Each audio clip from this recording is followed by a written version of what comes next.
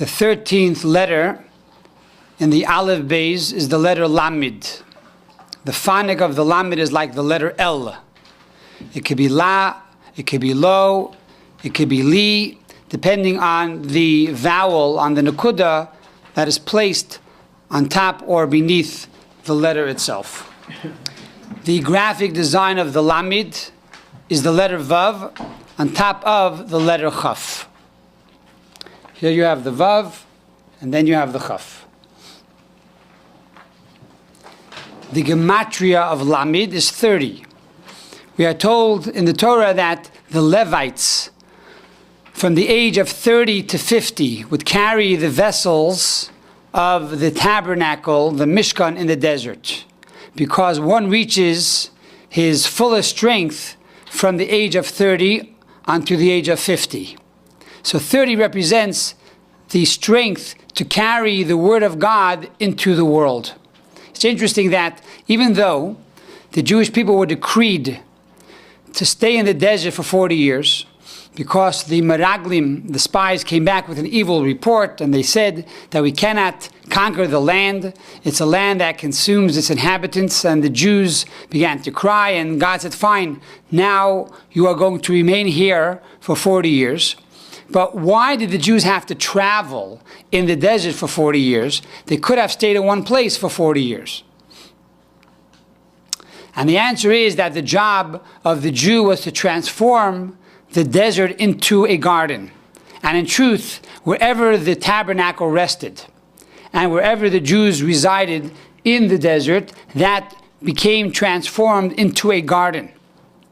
So the concept of 30 is to bring God to all the nations of the world and to bring the beauty of the Torah into the desert of life. The letter lamid not only equals 30, but if you add up the vav and the chaf of the graphic design, it equals 26. Similar to the letter aleph, which aleph has the gematria of 1, but also the gematria of 26. As we explained, that the aleph is made up of a yud on top, a yud on the bottom, and a vav in between. So both the aleph and the lamid equal 26, alluding to the tetragrammaton, the name of God. However, the lamid and aleph are a bit different. Even though the aleph represents aluf and alafcha, or opfana, which means teaching, and the letter lamid also represents teaching, lilmod ulalamed, yet the aleph is different from the lamid because the aleph represents theoretical teaching, or teaching that is aloof, like the aleph, in contrast to the lamid, which alludes to the oral law and to teaching that is down to earth and more practical. And this brings us to the next graphic design of the lamid, that the lamid also alludes to the connection between God and the people of Israel, or the Shekhinah coming down to the world, because the vav, as we explained, represents a shoot to descend from a higher reality to a lower reality.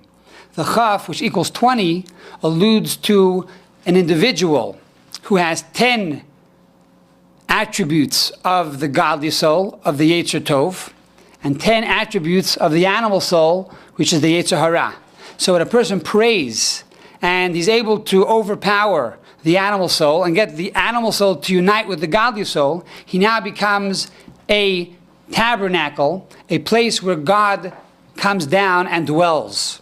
And God too, according to Kabbalah, has the 10 supernal sephirot, the 10 holy attributes. So there's the 10 attributes of God, and then there's the 10 and 10 of man, which equals the number 30 again.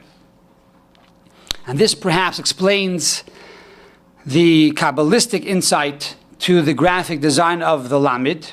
The Kabbalah says that the lamid represents a tower, a migdal, a tower that is flying in the air. So on one hand, it's flying in the air, yet the vav grounds it. The vav brings down this concept into the chaf, into reality. the meaning of lamid is lilmoid ulelamed, which means to learn and to teach.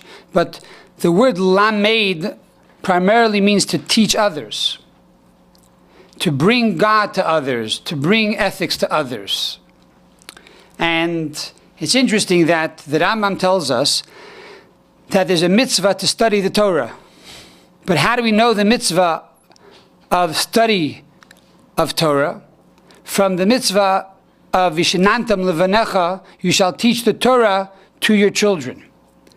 And because you have to teach Torah to your children, therefore, says the Rambam, you have to learn Torah on your own. Because how can you teach Torah to others if you don't learn Torah for yourself? However, the logic seems to be a bit roundabout.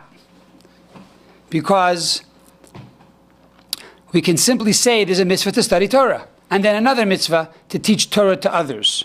Why is the mitzvah to learn Torah on your own derived from the mitzvah to teach Torah to others? And the Rebbe explains that the reason is because when it comes to the learning of Torah, one must realize he's always a child. And that is that you never know enough. Because the moment you think you've learned everything, there's no more room to learn anything.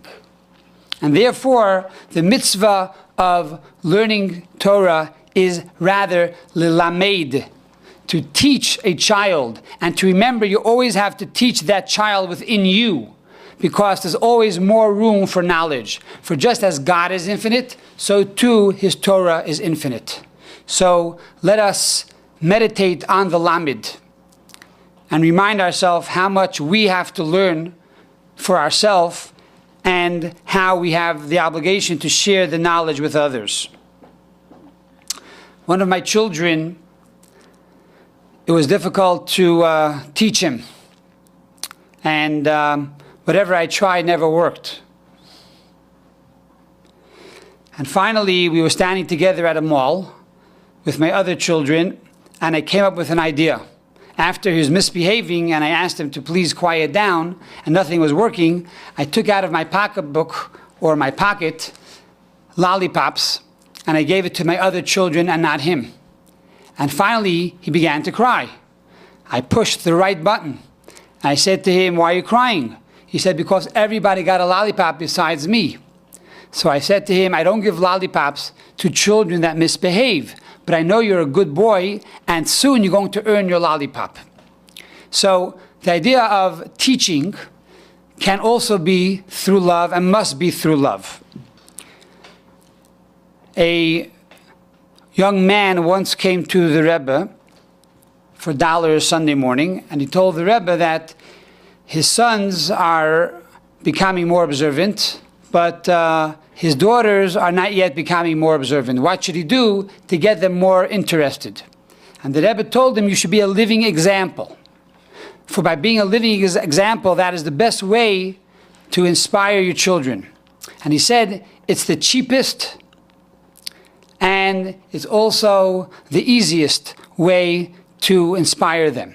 So you teach by learning yourself. You teach by example. And this is the meaning of the letter lamid.